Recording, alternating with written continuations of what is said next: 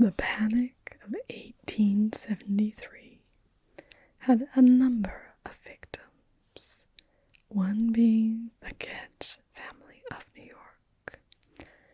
Their tragedy, while initially only financial, set off a series of events that would haunt Margaret Kett for the rest of her life.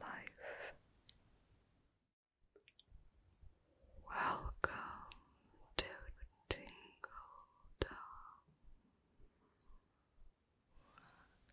I have been searching all year for the next home that you can add to your collection, and I believe I have found it.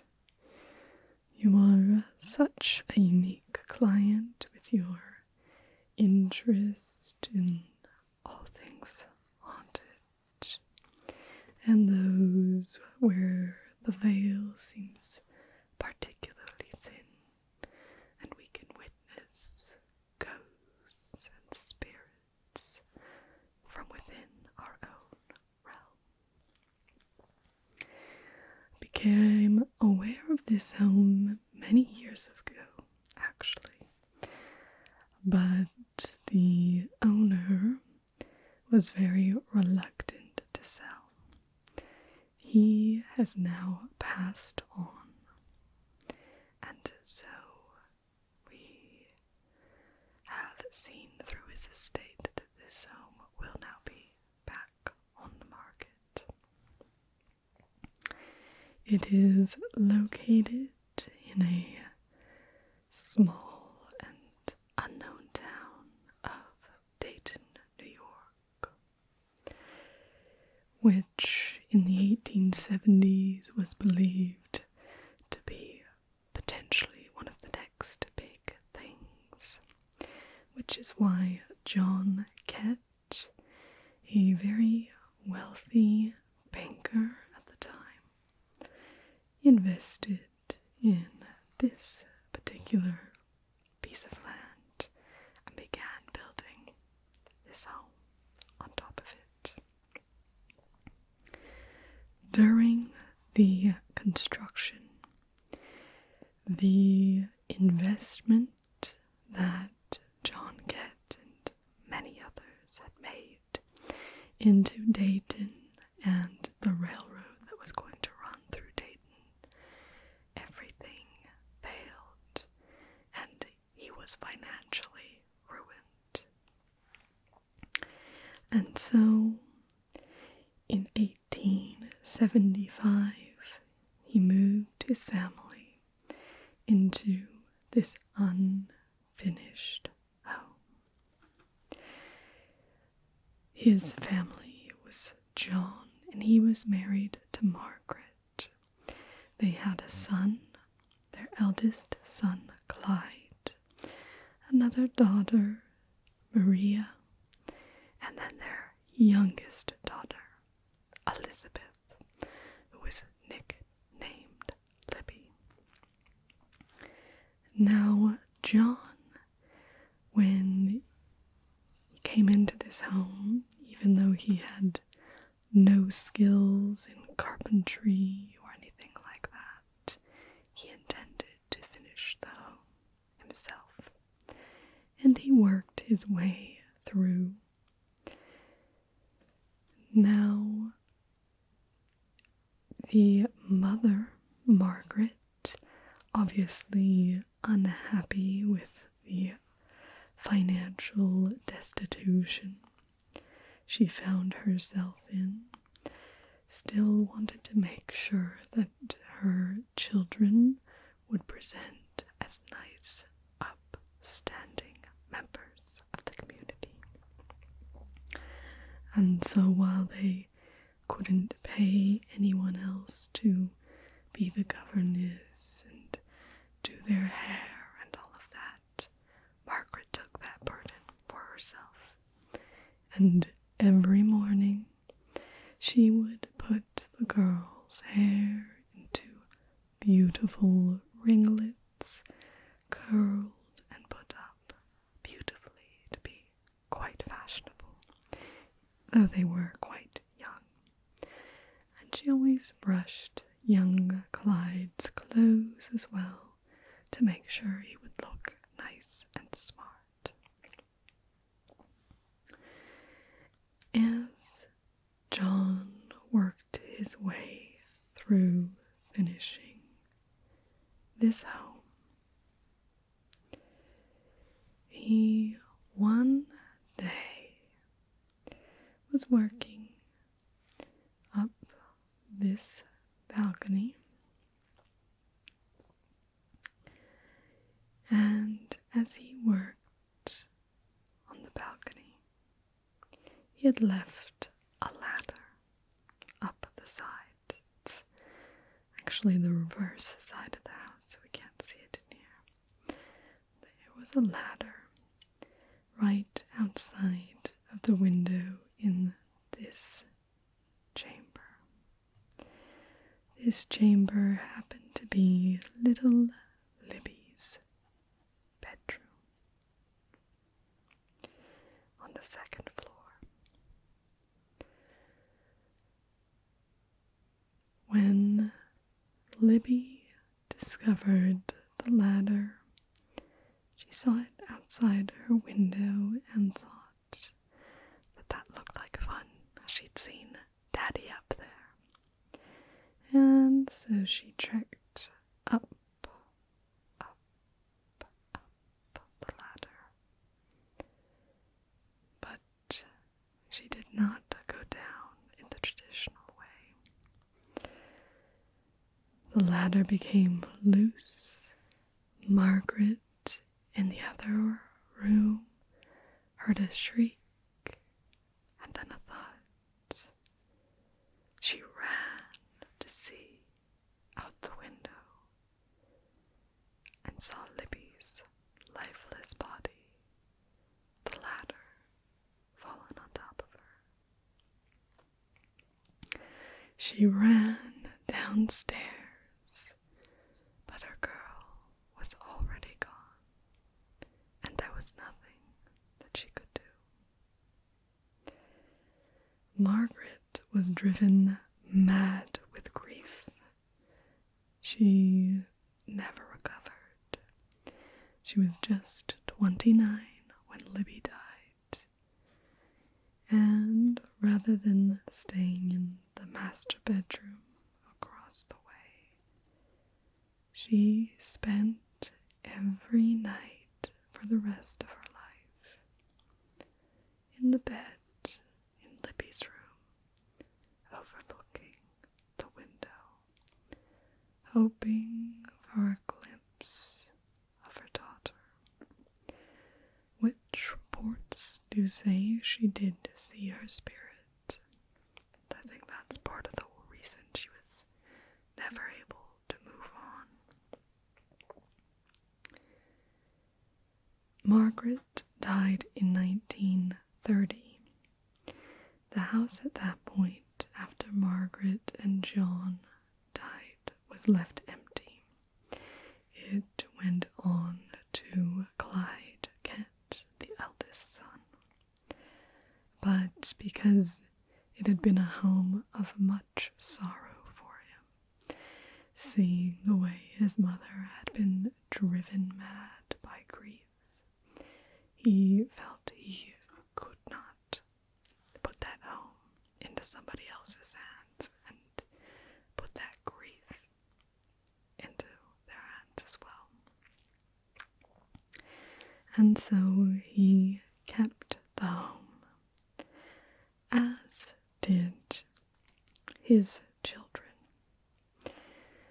Now it is actually one of his children, his last child, who has just died. And the grandchildren are perhaps a little bit more practical and think that perhaps it's time, if somebody else has interest, for them to be able to enjoy this home. Now, because it has been empty for a period of time, there have not been a people to report on the spiritual activity of the place. But there have been reports of people who walk by, or many who will walk by the outside, a bit too scared to venture inside. And there have been reports of a small girl laying at this spot, though she looks more like she's playing dead, but ringlets in her hair, just in the style of the 1870s. There have also been reports of a mother-type figure staring out the window here, crying with longing. There have long been reports of the sounds of spirits, a wailing sound coming from the home, being the wailing of Margaret over her poor young Libby. Now I have heard one report. It's not the most reliable, but it is still a possibility. There has been one report of a mother weeping over the lifeless body outside of the home. So perhaps that may be seen as well. Now on to the particulars of this home. I have arranged us so that we can try before you buy a 1-week trial to stay within the walls of this home. The bedroom where Libby stayed is completely untouched since Margaret's death, and Margaret would not allow it to be touched while Libby was alive. Now, I did want to confirm with you because they have offered to go in and dust everything. Be a rather thick layering of dust right now, and probably for her own health it would be better if that room is fully dusted, but everything kept how it is. Yes, I thought that might be the case. Now we had the chamber where Libby's room. You have the library here. Not in this library, but the downstairs library. There are actually still documents for that failed railroad that John Kett had invested in. So it's a very tragic tale all around, both for the finances of the family and for how that led to this unfortunate event.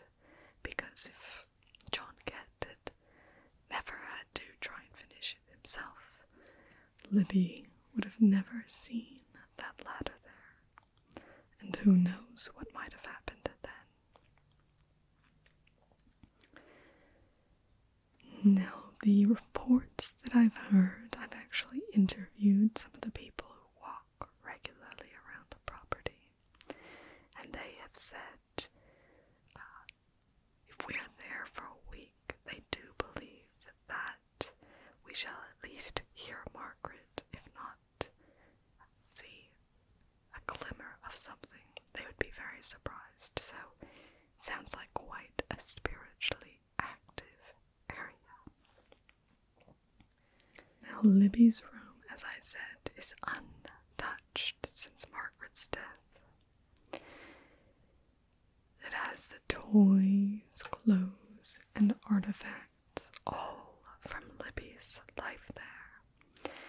Margaret would not allow anything to be touched, so you'll be sleeping in the the same bed that Libby spent her last night in, and that Margaret slept in from Libby's death in 1875 to 1930.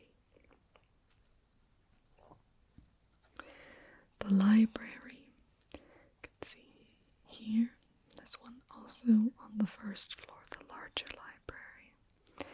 And this still contains documents from John Kett's failed business venture with the railroad, and just builds to the tragedy of this event. For had the railroad never failed, John Kett would have never tried to take on the carpentry, and Libby would have never been exposed to that ladder. It possesses ledgers as well, which are very depressing reading, I might add. The dining room is still rather well appointed, it being a quite high priority for the family, so it's got a stunning chandelier and a lovely setting for 6, beautiful cherry wood, whereas the rest of the house is quite sparsely populated. The billiard room is completely empty, save for a couple paintings on the wall. And then through this archway you come to a very sparse parlor. The furniture in the parlor feels very small compared to the rest of the room. It feels like it would belong in a room about half the size. Now there's a hole on the way to the staircase, which brings you up to the second floor. When you come up to the second floor, Libby's room will be right here, the master off to this side. There's a smaller library here, but it's rather empty.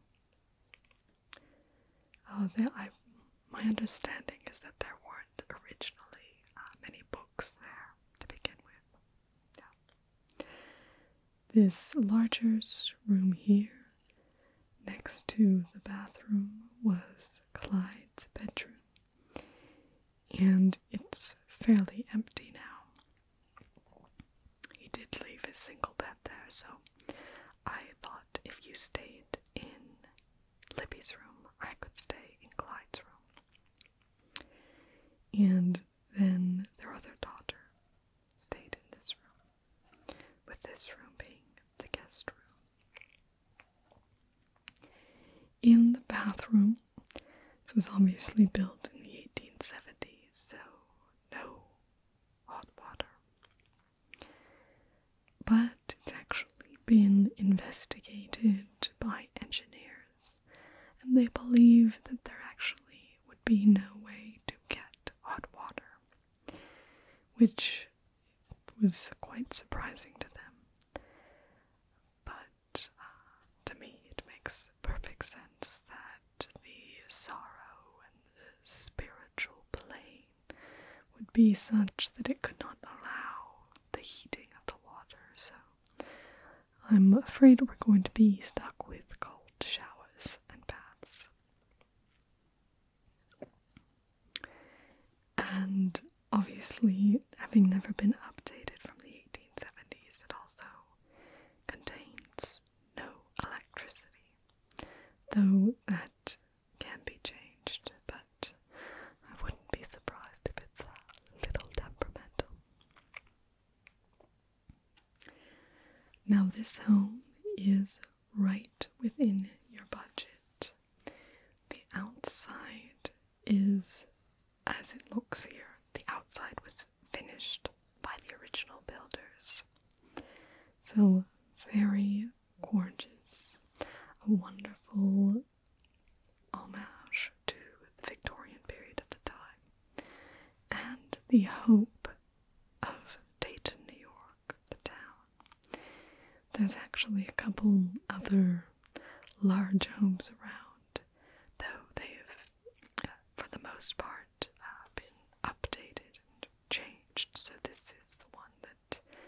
most has that 1870s feel and strikes back to that failure in the 1873 panic, which led to the misfortunes of many, not just Libby Kett. So what do you say? Shall I arrange us a visit so you can decide